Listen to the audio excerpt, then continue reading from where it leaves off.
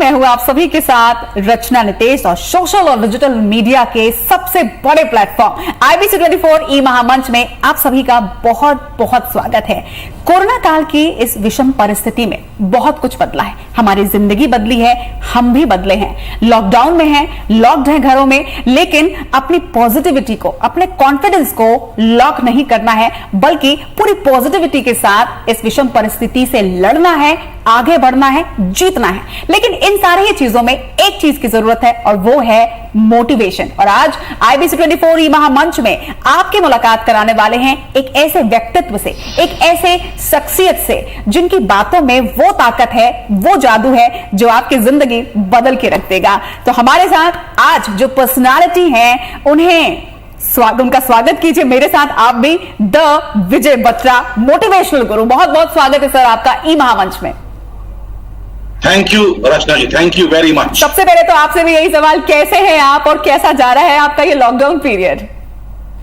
देखिए जी, मैं आधा जापानी और आधा पंजाबी हूं। मेरे पिताजी पंजाब के थे, मेरे माता जी जापान की थी। उनकी मुलाकात अमेरिका में 1958 में हुई थी। तो जो आपने सवाल पूछा मैं कैसे हूं, तो मैं पंजाबी में जवाब देना चाहूंगा, चढ़ दिया गला बल्ले बल्ले। इसका मतलब क्या है कि बदी जो मर्जी चुनौतियों का सामना करना है डट के, और अपना रखना है स्विच ऑन। क्या बात है। चलिए सर, आज जो हम आज डिस्कशन करने वाले हैं वो इसी बात पे करने वाले हैं, क्योंकि कोरोना काल में हम सभी की जिंदगी काफी हद तक बदली है।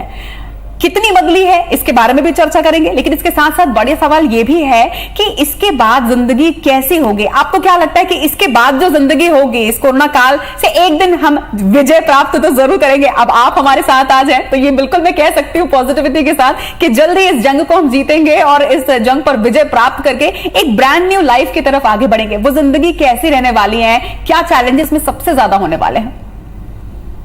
देखिए, बड़ा अच्छा आपने प्रश्न पूछा है। देखिए, we will win the war जी। कहते हैं ना, एक कहावत है, lose the battles but win the war. बुरा लगता है मेरे को उन परिवारों के लिए जिन्होंने अपने सदस्यों को खोया है। तो those are the battles we have lost. और एक बात है, पूरी दुनिया आज की तारीख में जुट गई है वैक्सीन को ढूंढने में। तो ये तो समय जो है बताएगा, पर मेरा अनुमान है कि आने वाले चंद महीनों में जो बिगिनिंग ऑफ द एंड जिसको कहते हैं, ये कोरोना का जो कहर की समाप्ति शुरू होगी। और उसके बाद क्या होगा कि मेरा जो अनुमान है कि दुनिया भर में आई थिंक प्रॉस्पेरिटी बूम पे आएगी। हाँ, हर के लिए तो बूम पे नहीं आएगी, जो लोग अपने आप को फाइन ट्यून करेंगे उनके लिए बूम पे आएगी। इनफैक्ट आपकी इस इंटरव्यू के पहले मैं बात कर रहा था चंद अपने दोस्तों से जापान में, जर्मनी में। तो जर्मनी तो अब उठ ही गया है, मतलब they are very very focused. Japan भी उस स्थिति पे आ रहा है। तो यस, जैसे कहते हैं ना BC, बिफोर क्राइस्ट, अब बिफोर कोरोना, आफ्टर कोरोना में एक चीज जो मैं यकीन करता हूं कि people who know will do far better than people who do not know. वहां पे थोड़ा आप सबको, हम सबको थोड़ा एहतियात बरतनी होगी कि हमने अब क्या है कि इस सिचुएशन के बाद रिबाउंड करना है, ना कि कोरोना को बहाना बना के हाथ पे हाथ रख के बैठ जाना है। तो काफी हद तक देखिए फाइन ट्यूनिंग होनी पड़ेगी। अगर आप देखें, सत्या नडेला साहब का एक बड़ा अच्छा स्टेटमेंट आया था, माइक्रोसॉफ्ट के जो CEO हैं, इंडिया के हैं। तो उन्होंने कहा था कि जो डिजिटलाइजेशन में जो प्रोग्रेस 2 साल में होना था वो 2 महीने में हो गया पिछले चंद महीनों में। तो इस तरह से क्या है कि कई technologies are doing very very well. तो आई थिंक आपके दर्शकों को मैं भी यही रिक्वेस्ट करूंगा कि please start preparing for the times after corona. और जिसका टाइटल भी आज हमने क्या दिया है, सबर, खबर, नजर और जिगर जी। तो बिल्कुल मैं इसके बारे में भी आपसे जानना चाहूंगी कि जो आपने ये 4 स्तंभ दिए हैं, सबर, खबर, नजर और जिगर, इसके बारे में बताइएगा कि ये 4 स्तंभ के साथ कैसे पॉजिटिविटी के साथ हम वो जो प्रॉस्पेरिटी की बात आप कर रहे हैं वहां तक पहुंचेंगे। क्योंकि इस पीरियड में डिप्रेशन आना बहुत स्वाभाविक है, लोग काफी परेशान हैं और इस परेशानी से जूझ रहे हैं। तो कैसे पॉजिटिविटी के साथ इसको डील किया जाए? बहुत अच्छा। यहाँ पे हल्का सा ना मैं एक तुलना करना चाहूंगा। देखिए, रिसर्च की गई है कि जो भी लोग चुनौतियों का सामना सही तरीके से करते हैं, दे रिबाउंड मच बेटर। आप देखिए ना, हमारे अगर मिसाल के तौर पे उनको देखिए, अमिताभ बच्चन साहब को देखिए, उन्होंने अपने जीवन काल में समय समय पे कई चुनौतियों का सामना किया। 1983 में जो कुली के दौरान जो चोट आई थी, अच्छा उसके बाद चंद सालों के बाद ABCL जो उन्होंने कंपनी लॉन्च की, कितनी चुनौतियों का सामना किया, पर फिर भी अभी भी 79 के उम्र में भी कहां से कहां पहुंचे हुए। अक्सर मैं मजाक में जब अपने सेमिनार करता हूं तो मैं 2 तस्वीरें दिखाता हूं। एक तो आराध्या की तस्वीर दिखाता हूं, तो मैं पूछता आराध्या कौन है, तो रचना जी आप हैरान होंगी, अधिकतर लोग क्या जवाब देते हैं, ये अमिताभ बच्चन जी की पोती है। पर उसके बाद जब मैं तैमूर की फोटो दिखाता हूं तो अधिकतर लोग कहते हैं या तो ये करीना जी की बेटी है या साइफ अली खान की। पर आज तक किसी ने ये नहीं कहा कि ये रणधीर कपूर की दोती है या ये स्वर्गवासी मंसूर अली खान पटौड़ी साहब की पोती है। ऐसा क्यों? क्योंकि हमारे अमिताभ बच्चन साहब एक बहुत अच्छा मिसाल है कि कैसे उन्होंने जिंदगी सबर, खबर, नजर और जिगर के साथ अपना जीवन जिया है। वो अक्सर अपने पिताजी की इस चीज को बड़ा दोहराते थे, हरिवंश राय बच्चन साहब। वो कहते थे मन का हो तो अच्छा, ना हो तो और भी अच्छा जी। तो उसका मतलब क्या है कि अगर मन का नहीं होता तो ये नहीं हाथ पे हाथ रख के हम बैठ जाएं, फिर आप पर मुझे ये चीजें करनी होंगी, सबर, खबर। देखिए तो अब ये फेक न्यूज पे अगर आप और मैं उतावले हो जाएंगे तो फिर आप पर मेरा नजरिया जो है बिगड़ेगा, पेसिमिस्टिक हो जाएंगे। ये जरूरी है कि जो खबर हम लें वो सही सूत्रों से ले, सही सोर्सेज से लें, ताकि कि देखिए इंफॉर्मेशन राइट होगी, उसको प्रोसेस करेंगे तो जो एक्शन लेंगे वो भी सही लेंगे। तो ये मेरा ये बहुत दृढ़ निश्चय मैं चाहता हूं कि आपके देखने वाले बनाए कि दे शुड बी पेशेंट, क्योंकि देखिए ऑल ऑफ अस नो ये जो कोरोना का वायरस है इसके पास खुद की कोई ताकत नहीं है। जब आप और मुझ जैसे लोग लापरवाही करते हैं तभी ये एक से दूसरे पर जाता है। सो बेसिकली क्या कि सेल्फ डिसिप्लिन अगर आप और मैं करेंगे, पेशेंस रखेंगे, अच्छा बर्दाश्त नहीं करना, सब्र और बर्दाश्त में जमीन आसमान का फर्क है। इंसान को सब्र करना है और खबर सही तरीके से जब लेंगे तो उसके बेस पे जो आप और मैं पर्सपेक्टिव या नजरिया बनाएंगे, उसके बाद जो एक्शन लेंगे, I can assure you will do better and better. तो मेरा मानना है कि अभी बहुत लोगों के पास, देखिए मुझे छत्तीसगढ़ का जो बताया गया वहां पे आपने काफी अच्छी तरह से इसको काबू किया हुआ है, बिल्कुल। और हम दिल्ली में अभी भी लॉकडाउन स्थिति में है। पर एक बात है, लॉकडाउन तो है, पर मैं आपसे देखिए आज बात कर ही रहा हूं इस माध्यम से, आपके दर्शकों के साथ भी मेरा देखिए इंटरेक्शन हो रहा है, तो देखिए फिजिकल डिस्टेंसिंग है और सोशल डिस्टेंसिंग नहीं है। That's a big leverage coming from digital. True. तो सर ये तो बात हुई कि सबर और खबर की, नजर और जिगर का इसमें जो तालमेल है उसके बारे में आपसे सुनना चाहूंगे। बहुत अच्छा। देखिए मेरे पिताजी उनको शायरो शायरी का इतना शौक नहीं था, पर मेरे पिताजी को मुहावरों का बड़ा शौक था जी। कोटेशंस, प्रोवर्ब्स, तो उनकी किताब बड़ी अच्छी लोगों ने पसंद की थी, मैनेजमेंट थॉट्स। अब मेरे पिताजी 2016 में स्वर्गवासी हो गए, तो वो मेरे को बचपन से ही कहते थे, बेटे ये कोटेशंस हैं, ये डिस्टिल्ड विजडम है हमारे बुजुर्गों का, तो वो इकट्ठे करते थे। तो बचपन में एक जो मेरे को काफी हिट की थी, मेरे अक्सर पिताजी कहा करते थे, नजरिया बदलो नजारे बदल जाएंगे। नजरिया बदलो नजारे बदलेंगे, कि अगर आप चेंज करोगे अपना एटीट्यूड तो जो आप अपने जीवन में देख रहे हो वो भी बदलेगा। और अब देखिए मैं 57 साल का हो गया हूं, तो 57 साल तक तो देखिए इंसान जो अगर एक दिशा में सकारात्मक चलेगा तो देखिए फर्क आता है। और अब मुझे ये समझ में आ गई है कि अगर नजरिया बदलोगे तो नजारे बदलेंगे, पर एक और बात है, नजारे बदलोगे तो नजरिया बदलेगा ना। तो आपको और मुझे क्या है कि निरंतर अच्छे नजारे देखने, पॉजिटिव चीजें देखनी है। अब मिसाल के तौर पर शायद आजकल इंडिया भी काफी जापान के साथ जुड़ रहा है, तो जापान में बुलेट ट्रेन यानी कि शिंकानसेन जापान में कहा जाता है, इंडिया में लोग उसको बुलेट ट्रेन के नाम से जानते हैं। तो 1964 में ये बुलेट ट्रेन शुरू की थी जापान में, और तब और अब में तकरीबन 56 साल हो गए। गति बढ़ाई है, फ्रीक्वेंसी बढ़ाई है, पर रचना जी गति भी बढ़ाई, फ्रीक्वेंसी भी बढ़ाई उन्होंने, पर एक भी दुर्घटना नहीं, बताइए नहीं, कंप्लीट कीजिए, नहीं एक भी दुर्घटना नहीं की। ओके। यहाँ पे हाँ देखो दुर्घटना होती थोड़ी ना है, दुर्घटना तो की जाती है। एग्जैक्टली। अब देखिए रचना जी, मैंने शादी की है, शादी हुई नहीं है। मेरी और मेरी मिसेज ने तो बच्चे पैदा किए हैं, बच्चे हो नहीं जाते। तो आज के जमाने में और आने वाले समय में एक चीज जो है आपके देखने वालों को मैं ये निवेदन करूंगा कि शब्दों पे ध्यान दीजिए। आई थिंक बहुत जरूरी है कि आप और मैं इस चीज को देखिए कि देखिए दुर्घटना, अगर आप और मैं कहते ना जी किस्मत खराब थी दुर्घटना घट गई ना, किस्मत खराब नहीं थी, आप और मैं ध्यान नहीं दे रहे थे।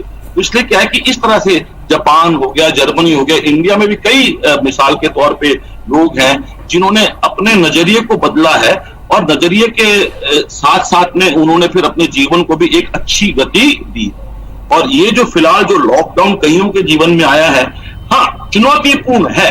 पर देखिए, मेरे जो दादाजी थे, दादी जी थे, मेरे नाना नानी, उन्होंने इससे कई ज्यादा चुनौतीपूर्ण स्थितियों का सामना किया है। मेरे नाना नानी जापान में थे 1945 में, जब विश्व युद्ध खत्म होने की कगार पे था। आपको तो सबको पता ही है कि कितनी बमबारी की गई। 7 साल तक मेरे नाना नानी, कभी कभी मैं सुनता था अपनी माता जी से कि वो अपनी जान ही बचाने में लगे रह गए। विश्व युद्ध खत्म होने के बाद भी भूखमरी काफी थी जापान में। और मेरे दादाजी दादी जी तो अभी फिलहाल जो सरगोदा वेस्ट पाकिस्तान पंजाब में रह गए, वहां से रेफ्यूजी बन के आए थे, तो कम से कम उनको 3 साल लगे अपने आप को सेटल करने में। इसलिए क्या है कि हमारे पूर्वजों ने चुनौतियों का सामना किया है। और मुझ जैसे जो बेबी बूमर जिनको कहते हैं, कि जो 1964 तक पैदा हुए, हमने ये शायद पहली दफा ऐसी चुनौती का सामना किया है। इसलिए क्या कि हम उनसे सीखें जिन्होंने ऐसी चुनौतियों का सामना करके रिबाउंड किया।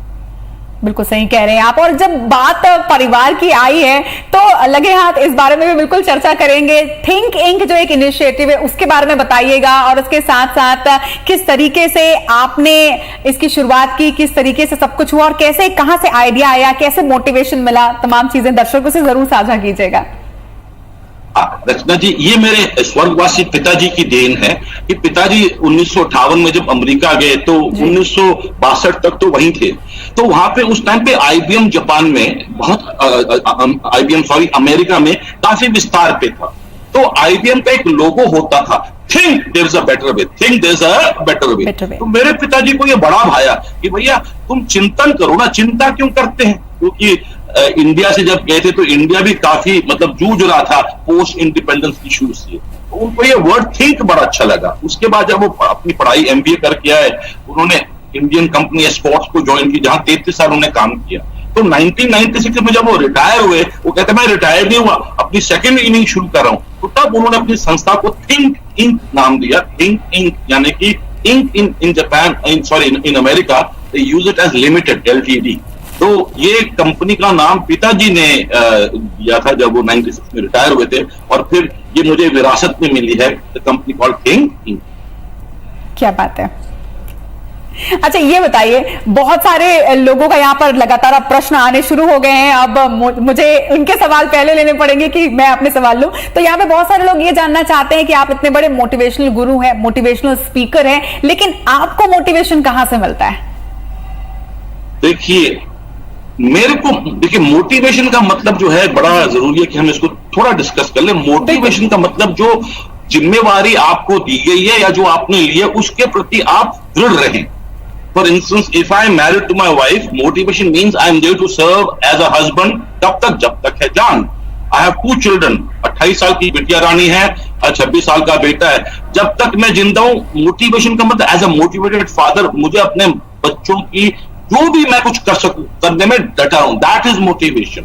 जैसे कि आप बहुत अच्छी एंकर हैं, तो मोटिवेशन का क्या मतलब है कि you are there to make sure कि जो न्यूज आप पहुंचा रही है अपने दर्शकों तक, you do the best you can, so that is motivation. और जो मेरा जो ऐसा कोई जो है, मैंने अपने पिताजी से बहुत कुछ सीखा, और 57 साल में मेरे पिताजी ने मुहावरों के माध्यम से, और एक और चीज मेरे पिताजी कहा करते थे, success leaves clues, success leaves clues.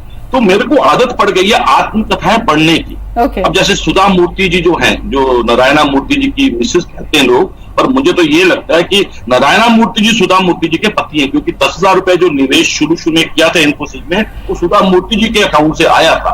तो अगर सुधा मूर्ति जी हो गए, अच्छा सत्या नडेला जी की भी किताब आई थी 2 साल पहले, हिट रिफ्रेश।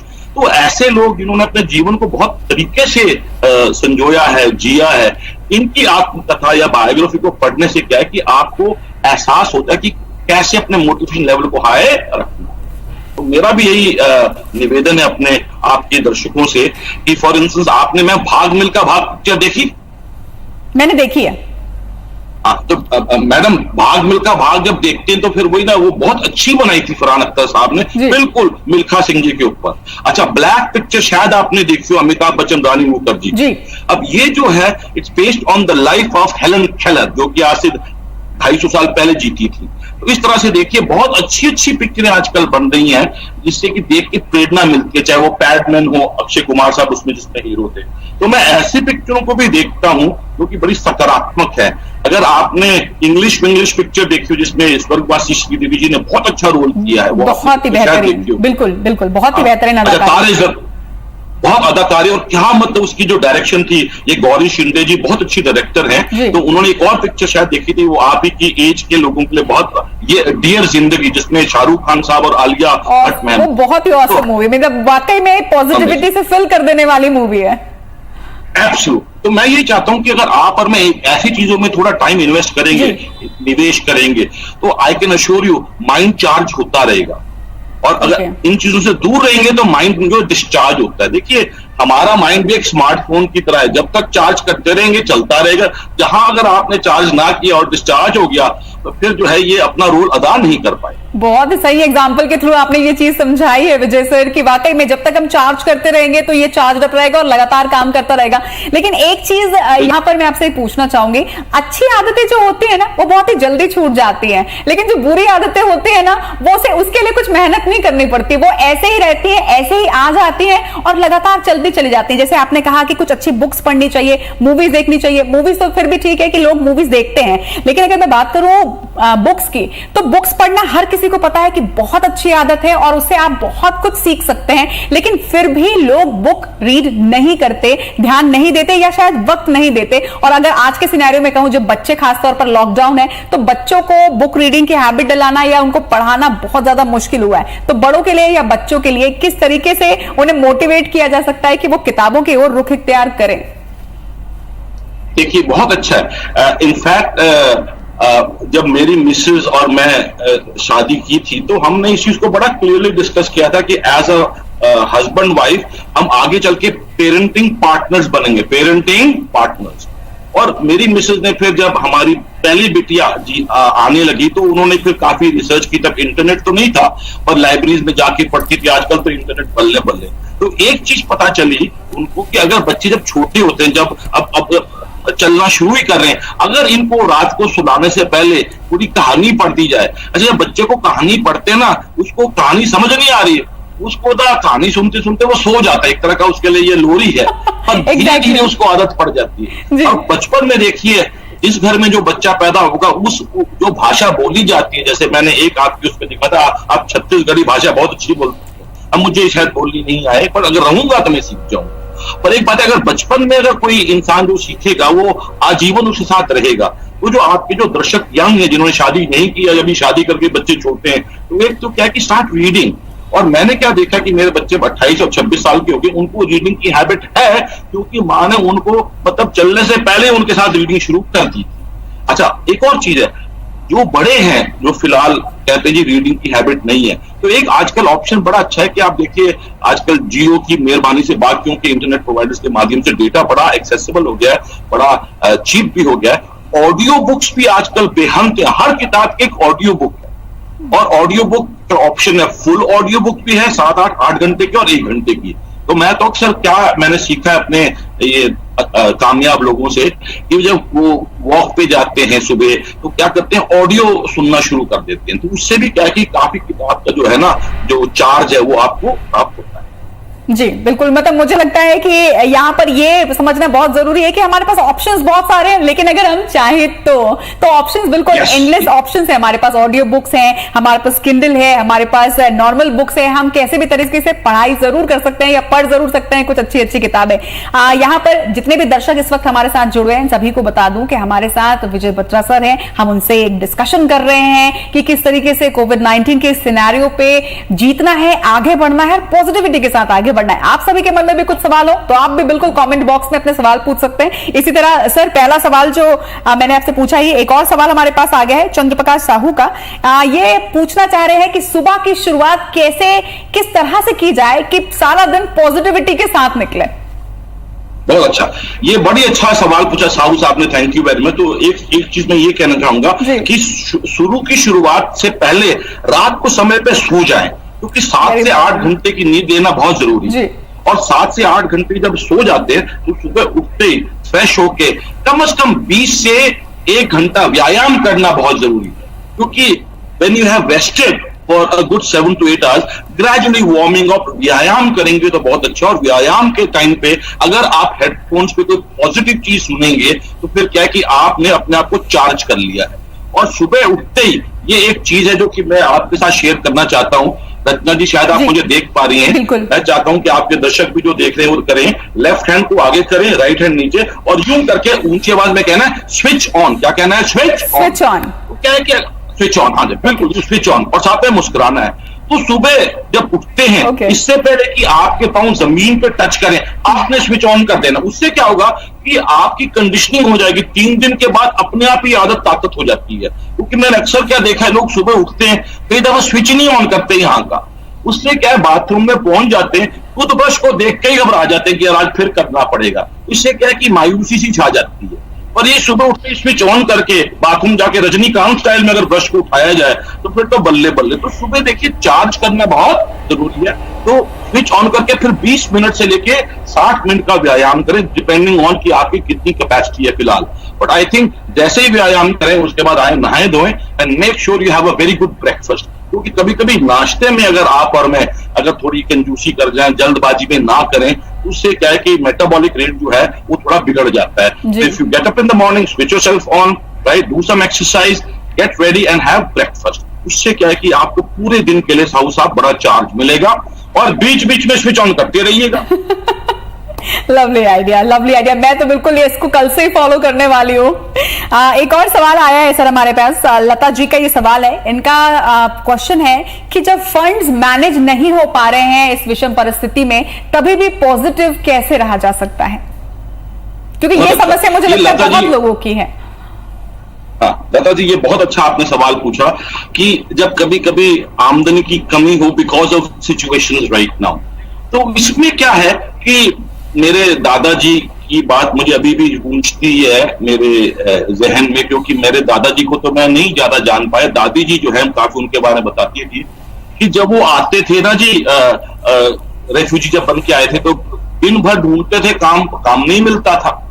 तो आके सबसे पहले ना मुस्कुरा के कहते कि भैया आओ सबको इकट्ठा करते थे, और क्या कहते थे कि देखो आज डट के हमने इस टेंट को भी अपना घर बनाना है, टेंट को भी अपना घर बनाना है। अच्छा, मेरी माताजी ने कभी कभी मेरे को जिक्र किया कि विश्व युद्ध जब जापान में खत्म हुआ तो वहां पे भी देखिए खाने की बड़ी शॉर्टेज हो जाती थी कई साल तक। तो कहते ऐसे भी होता था कि एक एक आलू जो है वो 4, मेरी माताजी, उनकी बहन और मेरा नाना नानी उसको उबालते थे, हफ्ता हफ्ता एक डोंगे में उबालते थे, छिलका भी नहीं रह जाता था। तो ऐसे दिनों के भी लोगों ने सामना किया, पर वो स्विच ऑन करते रहते थे। तो मेरा यही मतलब है कि ये जो फिलहाल आर्थिक स्थिति में चुनौती आई है, तो फिर यहीं पे क्या स्विच ऑन करके चिंतन करेंगे, ना कि चिंता। बिल्कुल सही। चलिए सर, आपकी एनर्जी और पॉजिटिविटी को देख के इस पर भी सवाल आ रहे हैं। ललित जी ने यहाँ पर सवाल किया है कि आपकी इस एनर्जी का सीक्रेट क्या है? देखिए, एनर्जी का कोई सीक्रेट नहीं है, practice makes you perfect. Rachna ji, practice makes you मुझे बता नहीं, practice makes you better. Perfect कोई परफेक्ट हो ही नहीं सकता जी।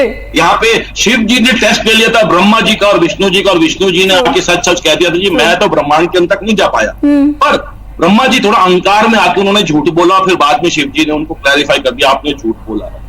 तो क्या प्रैक्टिस मेक्स यू बेटर। देखिए, मेरे भी अप्स एंड डाउन जीवन में जरूर आते हैं, पर मैंने क्या किया कि फर्स्ट एड जो है सीख लिया है, स्विच ऑन कर लिया, कुछ अच्छा गाना सुन लिया। आपने ये पिक्चर देखी है केसरी, रचना जी? देखिए जी।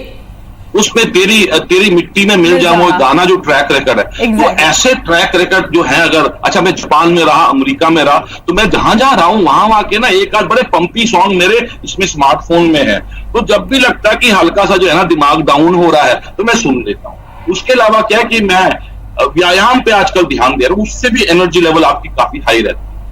और बाकी जो है ऐसी चीजों का सेवन कम करें, चाहे तंबाकू हो गया या बाकी पदार्थ हो गए, जिससे कि मेटाबॉलिकली जो है आपकी बॉडी जो है थोड़ी कमजोर पड़ जाती है। और उसके अलावा मेरी एक आदत मैं आपके साथ पहले भी बयान कर चुका हूं, मैं एक पिक्चर कई दफा देखता हूं। जैसे आपने शायद बधाइयो पिक्चर देखी है, बधाइयो? हाँ जी। और मैं कल फिर देख रहा था, मेरी ने से कहा फिर देख रहे हो? मैं कहा जी इस पिक्चर को देख के ना मैं उस फैमिली की चुनौतियों को समझ पाता हूं कि कैसे बड़ा बेटा और छोटा बेटा माता पिता से अलग हो गए, पर माता पिता वर वेरी रिस्पॉन्सिबल कि जिस तरह तुम हमारे लिए प्यारे हो, या तीसरा होने वाला बच्चा या बच्ची भी प्यारी है, और कैसे वो बच्चे वापस आते। वो जो इमोशंस है ना जी, वो चाहे वो हमारी नीना गुप्ता जी की हो, चाहे हमारे आयुष्मान खुराना जी की, दे आर ग्रेट एक्टर्स। उससे क्या है कि वो बिल्कुल टच करके पैर रिचार्ज हो जाता हूँ। तो इसलिए क्या कि मेरा डेली रूटीन में क्या है कि मैं ऐसी चीजें नहीं देखता जिससे कि जी हमारे में पंचर हो जाए, बस पंचर को रिपेयर करते रहते हैं। Okay, great. सर, एक चीज आपसे जरूर पूछना चाहूंगी, शायद मेरे साथ साथ बहुत सारे लोगों का ये सवाल होगा कि बहुत सारे लोग इमोशनल होते हैं, बहुत सारे लोग बिल्कुल टफ होते हैं, और मुझे लगता है ये वो जो टफ लोग हैं ना, वो भी कभी ना कभी इमोशनल जरूर रहे होंगे और शायद कुछ चैलेंजेस को फेस करते करते या कुछ ऐसी परिस्थितियों से वो गुजरे होंगे जिसने उन्हें इस कदर टफ बना दिया है। लेकिन आज की अगर स्थिति की बात करें तो लोग इमोशनल लोग को कहीं ना कहीं थोड़ा कमजोर समझते हैं। तो क्या वाकई कमजोर होने की निशानी है इमोशनल होना? क्योंकि लोग इस तरह से अपने आप को वैल्यूएट करने लगे हैं आपके, अगर हम इमोशनल हैं तो हम कमजोर हैं। बहुत अच्छा सवाल पूछा रचना जी। आजकल तो देखिए बहुत बड़ा ये टॉपिक चल पड़ा है, इमोशनल इंटेलिजेंस। इमोशनल इंटेलिजेंस, देखिए हम इंसान हैं, हम कोई भेड़िए नहीं है।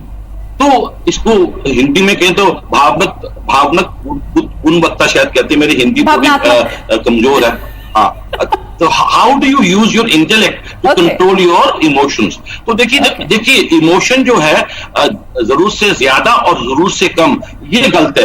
अप्रोप्रिएट इमोशन ठीक है, राइट? तो इसमें क्या है कि बड़ा अच्छा है कि अगर आप देखें कि कैसे जो है जो हमारे विराट कोहली साहब है, हाँ, इमोशन तो चाहिए क्योंकि इमोशन से मोशन क्रिएट होता है, इमोशन से मोशन। पर अगर बहुत ज्यादा ओवर कॉन्फिडेंस हो जाएगा तो एरोगेंस हो जाएगा, और बहुत ज्यादा अगर आप और मैं अपना हिम्मत हार देंगे तो फिर बेबस होकर ईर्ष्या में गिर जाएंगे। तो निरंतर इमोशन को मैनेज करना बहुत इंपॉर्टेंट है। और आजकल तो बल्ले बल्ले यूट्यूब पे आप डालिए इमोशनल इंटेलिजेंस, बहुत आपको टिप्स मिलेंगे कि कैसे आप सेल्फ अवेयरनेस, राइट, अपना निरीक्षण करते रहे अपनी भावनाओं का। और ये भी एक वार्तालाप निरंतर अपने आप सब करना जरूरी है। इससे पहले कि कोई और आपसे आपका हाल पूछे, अपना भी हाल पूछ लेना चाहिए। हाँ भाई बत्रा जी क्या हाल है? और हाल कहता है, बत्रा जी का जवाब आता है यार जीवन में रखा ही क्या है, आधी कट गई आधी भी कट जाएगी। उसका मतलब कि इमोशंस हैव हाईजैक्ड मी। फिर क्या है कि by listening to a certain dialogue, जैसे कि मेरा एक बड़ा एंकरिंग थॉट जिसको मैं कहूंगा, शायद जिसका जिक्र आपने भी शायद किया था, कि आई am an ordinary man with extraordinary desires and I will not quit till I become an extraordinary man with ordinary desires. Exactly. हाँ, तो देखिए ये नहीं कि जी मैंने कोई बिल गेट्स बन जाना है या मैंने मुकेश अंबानी बन जाना है, पर जितना हो सके I want to become a better husband और अ बेटर फादर और a better conductor of sessions like this as much as possible. मुझे अपने आप के साथ, मेरे पिताजी हमेशा कह रहे थे पुत्र सबकी अपनी अपनी जिंदगी है, तो बस अपने आप को बेहतर बनाई जा, इंप्रूव करी जा। हाँ, और बाकी लोगों से जितना हो सके आप और मैं सीखें और अपने वर्जन को इंप्रूव करें। क्या बात है, क्या बात है। और देखिए हिंदुस्तान में तो अगर देखिए ना, हमारे लॉर्ड कृष्णा जी क्या करते थे, वो अर्जुन जी की फाइन ट्यूनिंग कर देते थे कि भैया तो थोड़ा ज्यादा ही भावुक हो गया, वापस आ जा। और उसका ये मतलब नहीं कि भैया आप और मैंने में कंपैशन नहीं होना चाहिए, it should according to the situation. True that. Sir यहाँ पर एक सवाल जरूर पूछूंगी, जब आपने वो ऑर्डिनरी और एक्स्ट्रा ऑर्डिनरी वाली बात कही है कि आपको देखने के बाद हर कोई आपकी तरह पॉजिटिव रहना चाहता है, आपकी तरह एनर्जेटिक रहना चाहता है, और चाहता है कि इतने ही कॉन्फिडेंस के साथ वो भी अपनी लाइफ को बहुत जिंदा दिली के साथ, खुश मिजाजी के साथ बिताए। लेकिन आपकी जिस तरह से आपकी वो जो लाइन है, I will not quit till the time I become an extraordinary man with ordinary desires, तो आपकी desires क्या है? आप, मुझे लगता है कि आपने सब कुछ अचीव कर लिया है, इसके बाद और क्या? हाँ, तो मैम मेरी एक्स्ट्राऑर्डिनरी डिजायर तो यही है कि जितने लोगों के साथ टच में आके उनका स्विच ऑन करने में थोड़ा योगदान दे सके। Amazing, amazing. हाँ, तो ये मेरा डिजायर है जी। अच्छा, और मेरे पिताजी तो बहुत ही पहुंचे हुए इंसान थे, तो मैंने एक दफा उनसे सवाल पूछा, पिताजी हाउ आर यू फीलिंग? तो उन्होंने जो जवाब दिया ना जी, वो मुझे अब जाके समझ में आया है। कहता पुत्र I am an ant for me a drop is a flood. कहता मैं चींटी हूं, मेरे तो एक बूंद भी समुद्र के बराबर। तो वही है ना, आपने भी कल बड़ा अच्छा मेंशन किया था कि भैया अपनी जरूरतों को भी मैनेज करना बड़ा जरूरी है। और इसका मतलब ये नहीं कि आप और मैं आलसी हो जाए, सेवा भाव में तो लगे ही रहे। बिल्कुल सही कह रहे हैं आप। अच्छा सर, यहाँ पर एक सवाल और हमारे पास आया हुआ है। राज जी ये सवाल पूछना चाहते हैं कि आज के इस कट थ्रोट कंपटीशन में, मुझे लगता है कि ये शायद कोविड-19 से रिलेटेड नहीं है, मगर कंपटीशन हर जगह है, तो कैसे कंपटीशन को पॉजिटिवली लिया जाए? क्योंकि कंपटीशन तो है ही, अगर हम कहीं काम कर रहे हैं कि किसी भी कॉर्पोरेट में है तो हम कंपटीशन तो करेंगे, क्योंकि यही हमें आगे बढ़ने का और बेहतर करने के लिए मोटिवेट करता है। लेकिन इसे पॉजिटिवली कैसे लिया जाए, क्योंकि कहीं ना कहीं कभी न कभी थोड़ी नेगेटिविटी कंपटीशन के टाइम पर आ ही जाती है। बहुत देखिए, एक चीज है, जैसे जैसे कंपटीशन बढ़ता है ना, जो उसमें पार्टिसिपेंट्स हैं, अगर वो अपने आप को हैंडल करेंगे तो वो बेटर ही होंगे। अब मिसाल के तौर पे देखिए, आपके जनरेशन ने आईपीएल देखी है, क्यों जी? हाँ जी। हमारे, जब मैं आपकी उम्र का था, आईपीएल नहीं था, तो कंपटीशन का लेवल कम था, तो इंडिया में एक टाइम पे 1 या 2 ही विकेट कीपर जाने माने होते थे। आज की तारीख में विकेट कीपर्स की भरमार लगी हुई है, क्योंकि जैसे जैसे कंपटीशन बना है, अपॉर्चुनिटी भी बढ़ती है। तो मेरा आपसे, आपके दर्शकों से यही निवेदन है कि मेरे पिताजी भी अक्सर कहते हैं, जो मैं अब समझ रहा हूं, कि कंपटीशन आदमी को नहीं तंग करता, इंसान की सुस्ती वो उसको ज्यादा तंग करती। तो बल्कि देखिए, जब मारुति बहुत अच्छे लेवल पे था आज से चंद साल पहले, जब ह्युंडई आया तो ठीक है, ह्युंडई ने मारुति को कंपटीशन दिया, पर मारुति सुस्त नहीं हो और चुस्त हो गया। एंड आज की तारीख में देखिए, both Maruti and Hyundai are doing very very well. तो जो आपके जो पूछने वाले, मैं बिल्कुल उनसे इत्तेफाक रखता हूं कि कभी कभी जब आप और मैं स्विच ऑफ कर लेते हैं और ईर्ष्या में घिर जाते हैं, तो ईर्ष्या में घिरने से क्या है कि आप और मैं आपको बेहतर नहीं बनाने, बदतर बनाते हैं। तो कैसे हम ईर्ष्या को काबू करते हुए ईर्ष्या की जो ऊर्जा है सीखने में लगा दें। और कभी कभी ऐसा भी होता है रचना जी कि आप और मैं, हमें लगे कि हम कंपटीशन के मुकाबले में तुर्रम खान बन गए हैं, तो उस टाइम पे अहंकार आना शुरू हो जाता है। तब अगर आप और मैं औरों को सिखाएंगे तो अपने आप ही मन नीवा मत ऊंची हो जाएगी। तो ये निरंतर फाइन ट्यून करना बहुत जरूरी है। Competition, by the way, right, is going to be good. तो इसलिए क्या है कि जैसे जैसे इंडस्ट्री में कंपटीशन आया, people have become better and better. और एक चीज और याद रखनी है, 750 करोड़ की जनसंख्या है पूरी पृथ्वी में, ग्राहकों की कमी नहीं है। तो इंसान को अपने आप को फाइन ट्यून करके किस सेगमेंट को आपने सर्व करना है, वो भी फाइन ट्यूनिंग करना बहुत जरूरी है। बिल्कुल सही कह रहे सर। अच्छा सर, एक सवाल आया है मेरे मन में कि क्या कोविड-19 के बाद जो हमारी एक ब्रांड न्यू लाइफ होगी, जिसके बारे में हमारा ये मेन डिस्कशन है, कि वो ब्रांड न्यू लाइफ जो होगी वो कैसी होगी और उसके लिए अपने आप को हम कैसे प्रिपेयर करें? बहुत अच्छा। तो देखिए, कोविड के बाद जो है life will be far better, क्योंकि एक और चीज है, पर्सपेक्टिव की बात है। आप तो देखिए बिल्कुल जुड़ी हुई है जमीन से। बड़े अफसोस की बात है कि I think as of now India में पिछले 3 महीनों में कोविड के कितने शिकार हुए, I am told the statistic is close to 5000 if I am not mistaken. 5000 करीब जो है जिनकी डेथ हुई है, इज इट नॉट? जी, करीब करीब। हाँ, करीब करीब। और अगर आप अनुमान लगाएं कि हर महीने हमारे देश में ये सड़क दुर्घटनाओं में कितने लोग जान गंवाते हैं, अगर वो आप आंकड़ा देखेंगे, बिल्कुल सही बात, तो वो आप हैरान होंगे कि देखिए, हम कोविड भी, इसको भी फोकस करना बहुत जरूरी है। पर जो हमारे देश में इतने यंग लोग हैं जो कि सड़क दुर्घटनाओं में अपनी जान गंवाते हैं, तो मेरा यही निवेदन रहेगा सबसे कि कोविड में जो हमने आदतें सीखी हैं ध्यान देने की, to become a bit more sensible, तो वो हमारे हर क्षेत्र में उसको हम अगर लेके जाएंगे तो I think will live a wonderful life, wonderful life. तो इसलिए क्या है कि मैं इस मंच में ये भी कहना चाहूंगा कि कोविड तो ऑब्वियसली भी काबू कर ही रहे हैं, पर इसके बाद आप और मैं लापरवाही ना करें, बस सबर, खबर, नजर और जिगर, इसके साथ जीवन जिए। हेलमेट पहन के स्कूटर या मोटरसाइकिल चलाएं, चलाते हुए मोबाइल पे बात ना करें, क्योंकि मेरे को यही लगता है कि होपफुली दुनिया भर में, मोर सो इन आवर कंट्री, जहां पे यंग पॉपुलेशन इतनी अच्छी है हमारी संख्या में, we will become more careful and not become careless. वही ना, इंडिया में अक्सर कभी कभी कई लोग मजाक में कहते हैं जिस दिन लिखी होगी उसी दिन मरेंगे। देखिए, ऐसी बातें जो है ना, ये बड़ी गलत बातें हैं। हमने ध्यान देना है कि भैया आप और मैं अगर एहतियात बरतेंगे, ध्यान से रहेंगे, तो will live very very well for self and for family and for our customers. क्या बात है। चलिए सर, यहाँ पर एक और बहुत ही अच्छा सवाल आया है जो शायद बहुत सारे लोगों के मन में आ रहा होगा। ये सवाल ये है कि क्या आप इस सिनेरियो में भी, कोविड-19 सिनेरियो में भी कुछ पॉजिटिविटी देखते हैं? मतलब इसमें भी क्या कुछ अच्छा है? क्योंकि लोग कहते हैं ना, जो कुछ होता है अच्छे के लिए होता है, तो क्या अभी की इस परिस्थिति में भी आप पॉजिटिविटी देखते हैं? क्या अच्छा है, क्या हो रहा है? देखिए, I will be very very candid. कई लोगों के लिए तो इस सिचुएशन में बहुत ही चैलेंजेस है, फार मोर। फॉर इंस्टेंस ये जो हमारी माइग्रेंट लेबर है, दे आर सो चैलेंज। तो अब मेरा जो है, my heart goes out to them, क्योंकि उनको सैकड़ों किलोमीटर चलना पड़ा। पर जो मध्यम वर्ग के लोग हैं और आप और मुझ जैसे लोग जो हैं, जो शिक्षा प्राप्त कर चुके हैं, तो हमारे लिए देखिए इश्यूज इतने डेस्परेट नहीं है। तो इस वर्ग के लिए मैं यही कहूंगा कि देखिए बड़ा अच्छा समय मिल गया मेरे को पिछले 3 महीनों में रिफ्लेक्ट करने का, फाइन ट्यून करने का, क्योंकि कभी कभी क्या आदमी दिनचर्या में इतना उलझ जाता है कि चिंतन या सोचने का टाइम नहीं वो इन्वेस्ट करता।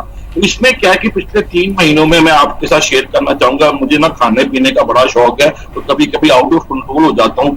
तो पिछले चंद हफ्तों में मैंने 7 किलो कम कर लिया है, और उससे जो मेरे को वो ऊर्जा मिल रही है, मुझे लग रहा है कि अब जब आने वाले समय में जब मैं दादा बनूंगा या नाना बनूंगा, तो मेरे जो होने वाले पोते पोती दोता दोतिया कहेंगे कि भैया दादाजी नाना जी आपके साथ खेल के बड़ा ही अच्छा लगता है।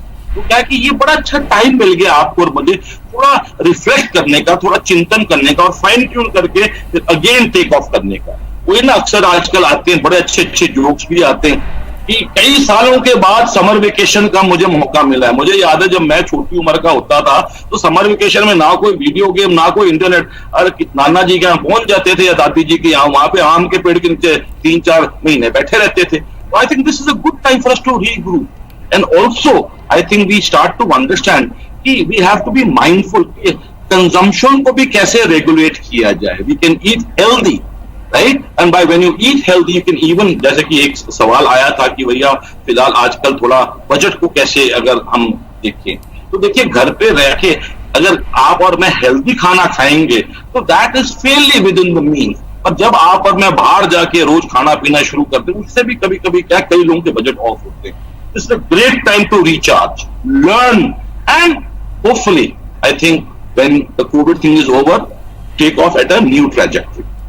बिल्कुल सही बात कह रहे हैं सर। और अब मुझे लगता है कि वाकई में अगर जिस परिस्थिति में हम हैं उस परिस्थिति को एक्सेप्ट करते हुए उसमें क्या बेहतर हो सकता है ये सोचे। मैंने ये चीज आपसे डिस्कस भी की थी कि जो है जैसा है उसमें कैसे खुश रहा जा सकता है। अगर इसे अपनाया जाए तो मुझे लगता है कि शायद खुश वाकई रहा जा सकता है। बहुत अच्छा। इनफैक्ट मेरे पिताजी अक्सर कहा करते थे, सबको मुकम्मल जहान नहीं मिलता, सबको मुकम्मल जहान नहीं मिलता, पर जो मिला है वो काफी है, जो मिला है वो काफी है, और जो मिले उसको बेहतर करो ना। ट्रू।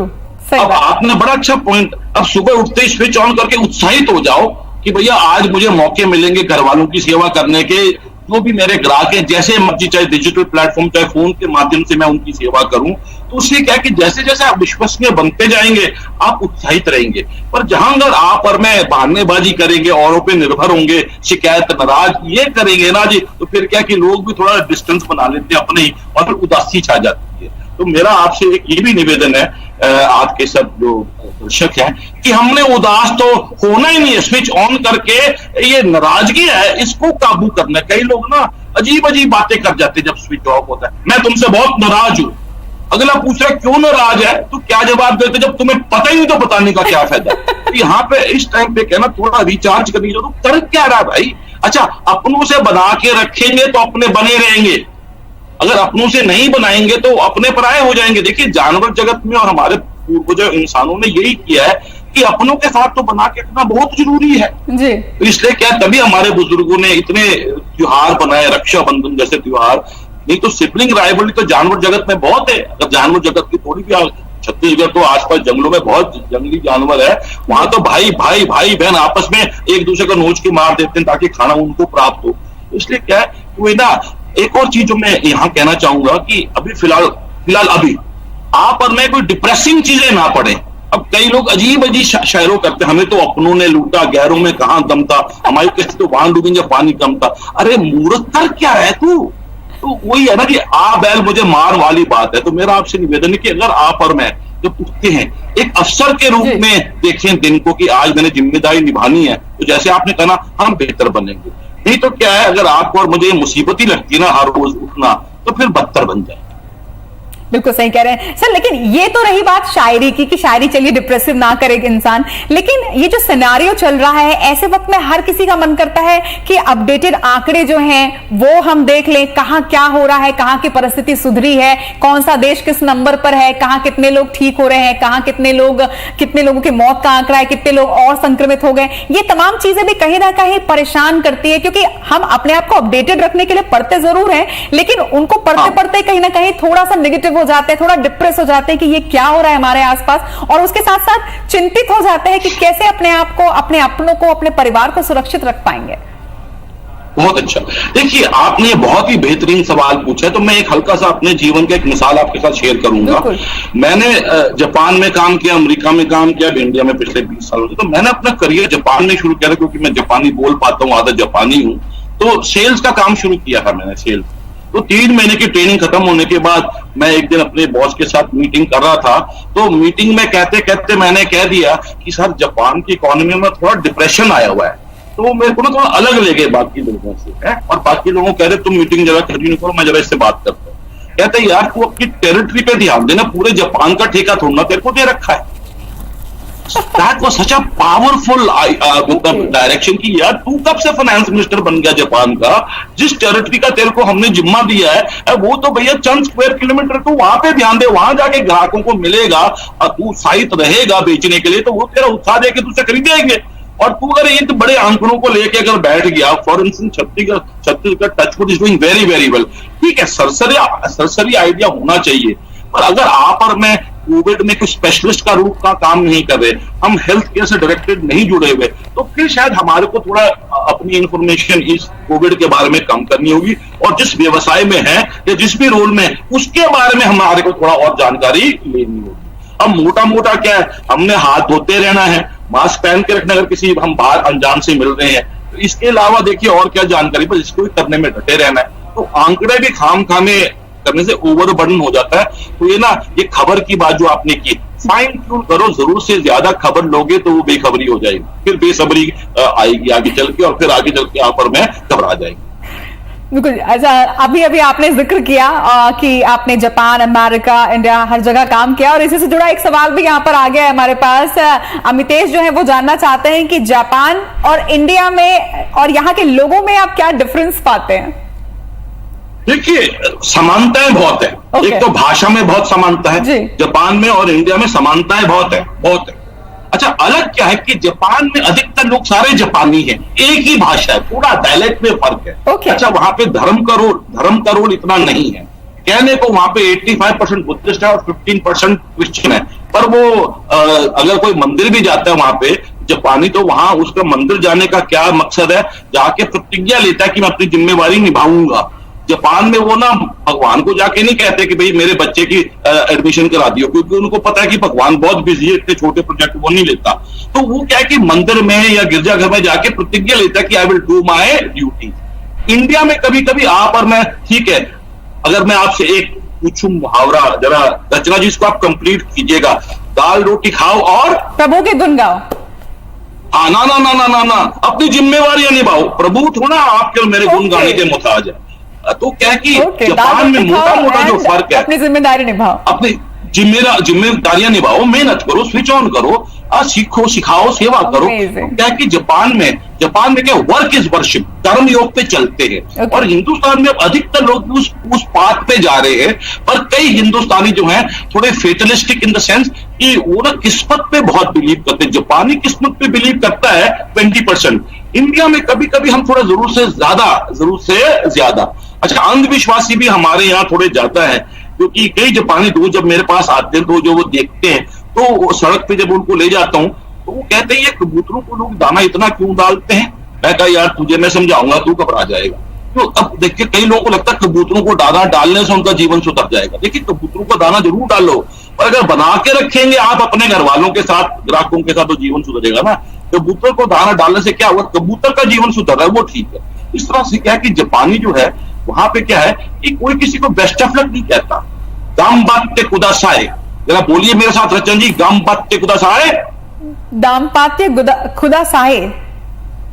गाम बात्ते कुदासाए।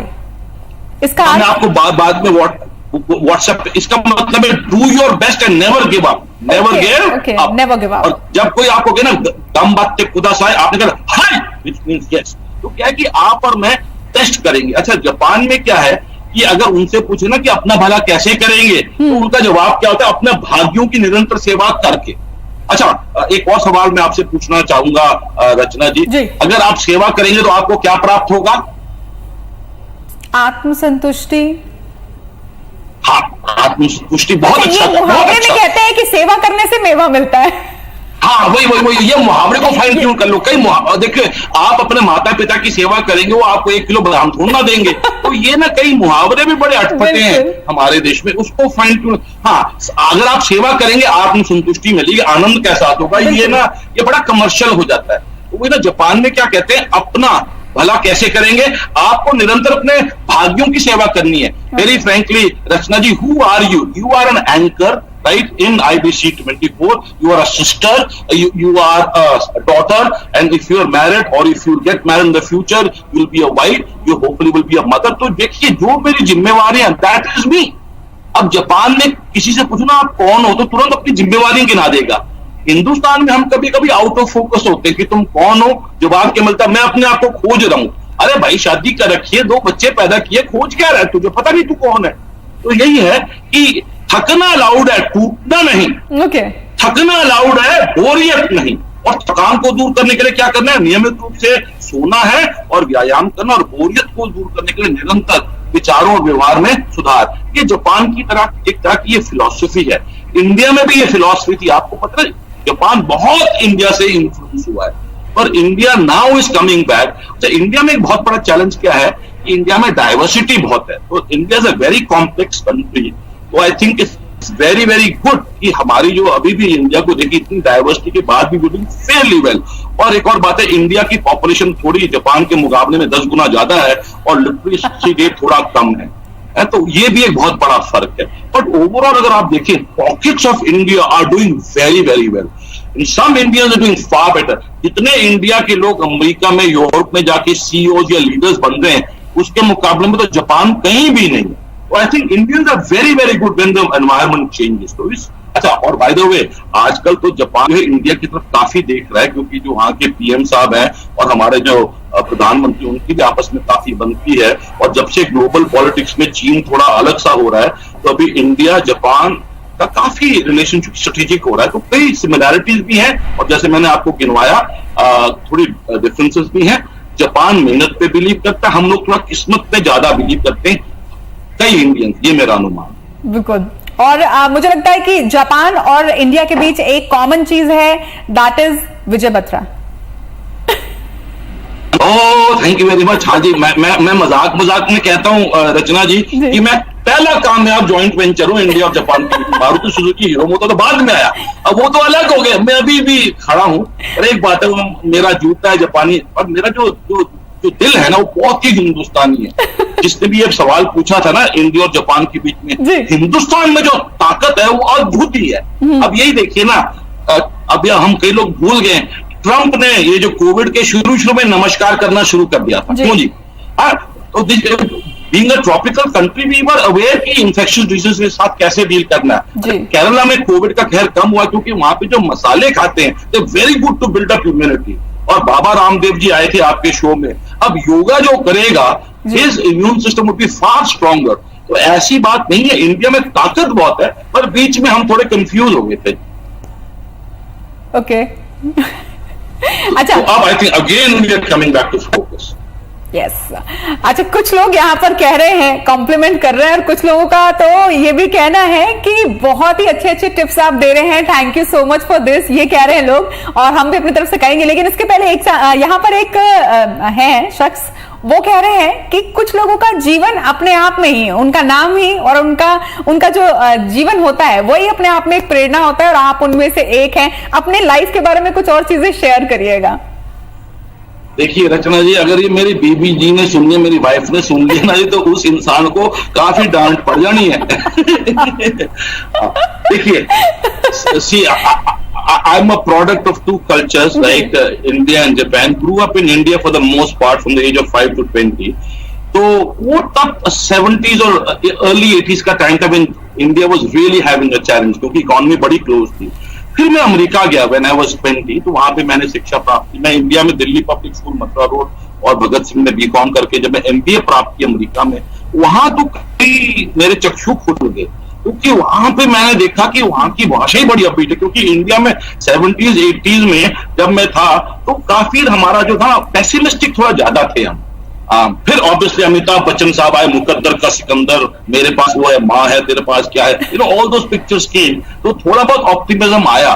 पर जब मैं, रचना जी आपके दर्शकों को, जब अमेरिका गया ना, मैं तो हैरान ही हो गया। दे वर वेरी पॉजिटिव। और ठीक है, कई आजकल हमारे को जो न्यूज मिल रही है, फिलहाल आजकल सैडली रेसिज्म का भी काफी एक गंदा पैच है, बट अमेरिका पे एक चीज मुझे समझ में आई, दे यूज पावरफुल वर्ड्स। मुझे याद है पहला सवाल जो मेरे को बिल्कुल उन्होंने फाइन ट्यून किया, उसने, एक दोस्त ने मुझसे पूछा हाउ आर यू डूइंग, नया नया दोस्त बना था, तो मैंने उसको ना, जो हिंदी में हम क्या क्या कहते हैं, आधी कट गई, आधी भी काट लूंगा, या ठीक है गुजारा कर रहे हैं, तो मैंने ट्रांसलेट करके उसको कहा नॉट सो बैड। Okay. तो कहता don't confuse me, tell me how are you doing. ये सुन के मैं थोड़ा अजीब किया। Okay. मैंने कहा मैंने क्या कंफ्यूज किया, तो कहता how are you doing my friend. मैं कहा I told you not so bad. कहता can't you tell me bad और good, what do you mean by not so bad. तो दैट वाज अ लेसन। अच्छा, चंद दिनों के बाद मैं उससे मिला, तो मैं कहा इससे पहले ये मुझसे पूछे मैं पूछता हूं, तो मैं कहा जेफ, उसका नाम मुझे याद है, जेफ ईकस। मैं कहा Jeff how are you doing. कहता if I want to be any happier I will have to be twins. कहता अगर और खुशी हो ना तो एक शरीर नहीं ले पाएगा, मुझे ट्विन चाहिए होगा। तो उनका जो बातचीत करने का तरीका वाज वेरी वेरी एनर्जेटिक। उसके बाद फिर मैं जापानी कंपनी में मुझे भर्ती हुई टोक्यो में, तो वहां पे मुझे समझ में आई कि जापानी मेहनत करता है। अब जापान से जो मैंने सीखा है, देखिए अगर मैं आपसे पूछूं रचना जी कि मेहनत की क्या परिभाषा है, तो जरा बताइए आप क्या जवाब देंगी। How would you explain the term मेहनत इन सिंपल वर्ड्स। मेहनत की परिभाषा, जो जिम्मेदारी मुझे दी गई है उसे पूरी कर्मठता के साथ करना, और उसे उसके गंतव्य तक पहुंचाने के लिए जो करना है उसे ही परिश्रम, उसे ही मेहनत कहूंगे। ये आपने जो जवाब दिया, ये लगन की परिभाषा है, लगन की। किसकी है? लगन की। तो जो जापान में रह के मैंने सीखा, आपके दर्शकों को और आपके साथ शेयर करना चाहूंगा, तो जरा सुनिएगा। मैं जो आपको जो बता रहा हूं जवाब, ये जापानी मेहनत के बारे में ऐसा सोचता है। मेहनत की परिभाषा, जरूरी काम जो करने का दिल ना करे उसे मन लगा के करना। जरूरी काम जो करने का दिल ना करे उसे मन लगा के करना। अगर जरूरी काम को दिल लगा के कर रहे हो तो वो लगन है, वो लगन। तो इमोशनल इंटेलिजेंस यहां भी आता है कि अगर आपका दिल दाएं बाएं हो रहा है और जरूरी काम करने में आलस कर रहे हो तो माइंड टेक्स ओवर, और दिल तो कभी कभी पागल हो ही जाता है, लेफ्ट राइट हो जाता है। तो मेहनत का मतलब क्या है? जरूरी काम जो करने का दिल ना भी करे उसे मन लगा के करो। तो लगन प्लस मेहनत इक्वल टू निरंतर विकास। और लगन प्लस आलस, आलस का मतलब जब दाएं बाएं दिल हो गया है, वो आलस कर रहा है, कह रहा छोड़ कल करेंगे, वो है सीमित विकास। तो जब आप में आलस करें तो अगर आपके मन में चार्ज होगा, आप अच्छी चीजें कर रहे हैं, पढ़ रहे हैं, सुन रहे हैं, और माइंड पूरा चार्ज है स्मार्टफोन की तरह, वो दिल को काबू करेगा। और फिर आप लगन की तरफ और प्लस मेहनत करेंगे तो वो क्या होगा जी? निरंतर विकास।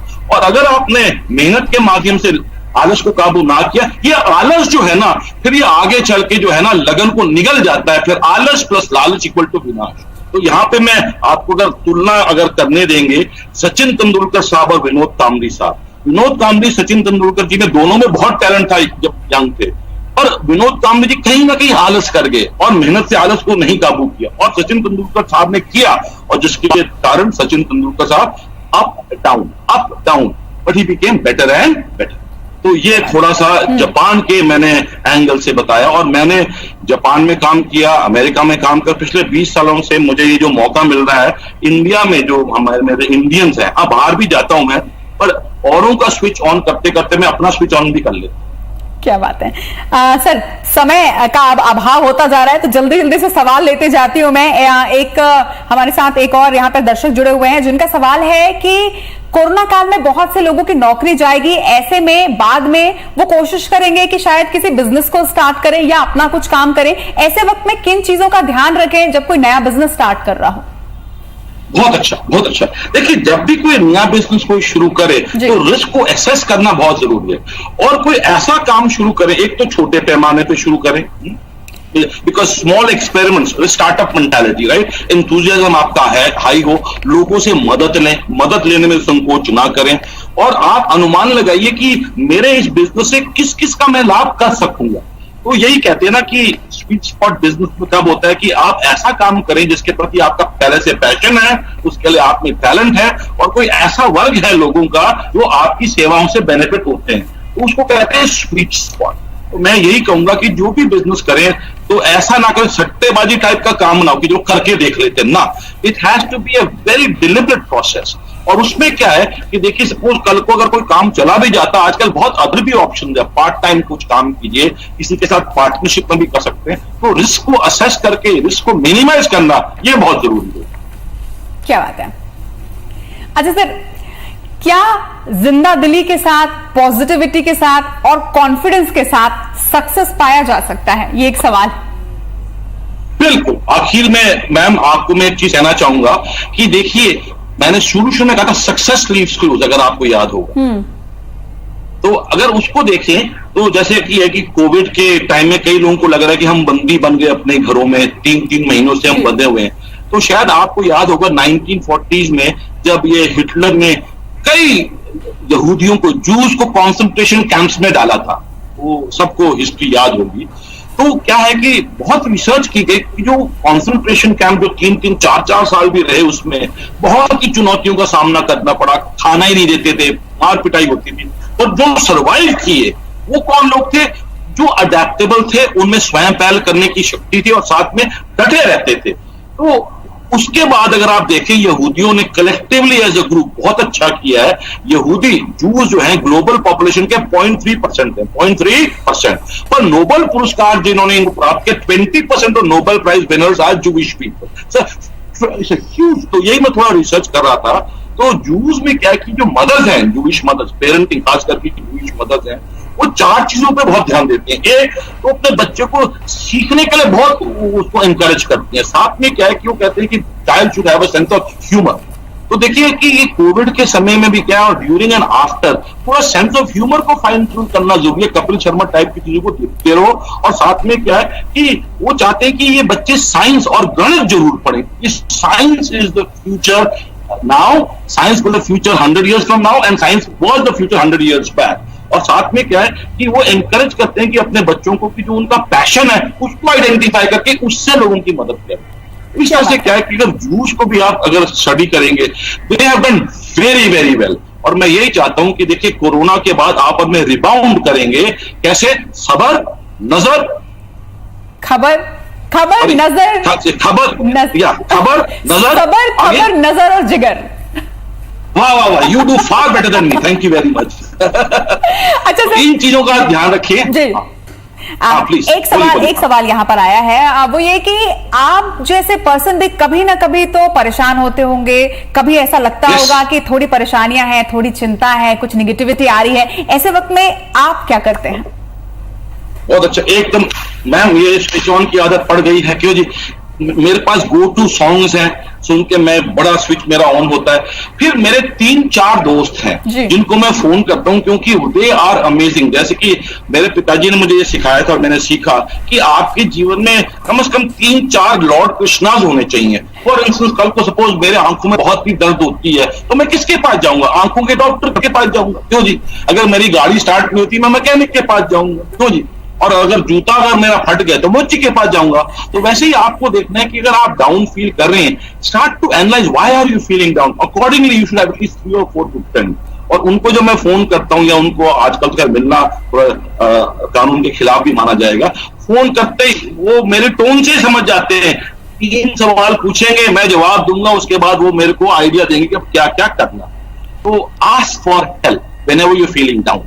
एंड जब भी कभी आदमी उदास होना, अपनी ना सुने, किसी और की सुने। उससे क्या है कि आदमी अपनी सुनेंगे तो कभी कभी ना आदमी भंवर में फंस जाता है कि जीवन में रखा ही क्या है। अरे गुरुदेव, अभी आधा घंटा पहले जलेबी खाइए, हुआ क्या है?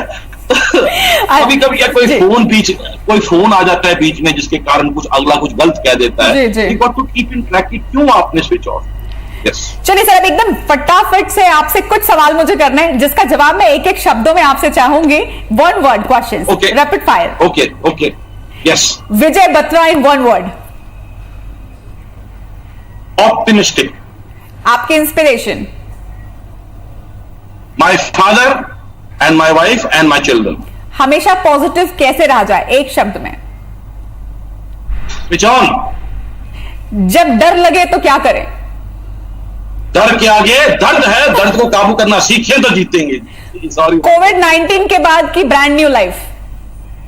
ब्रांड न्यू लाइफ है, will be careful and will become better and better. Better and better and better. And sir, आपके इस पॉजिटिव सेशन, मोटिवेशनल सेशन के बाद मुझे लगता है कि हर किसी में एक नई ऊर्जा का संचार हुआ होगा, और इस पूरे सेशन में जितनी पॉजिटिविटी आपने हर तरफ बिखेरी है, I am so thankful for that and What a lovely session it was. बहुत ही अच्छा सेशन था। थैंक यू सो मच हमारे साथ जुड़ने के लिए और इतने अच्छे अच्छे शब्दों के साथ हमें पॉजिटिव बनाने के लिए। Thank you so much.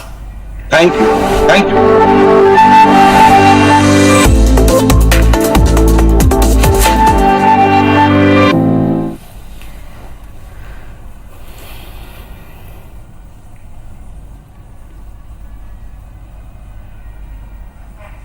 खत्म।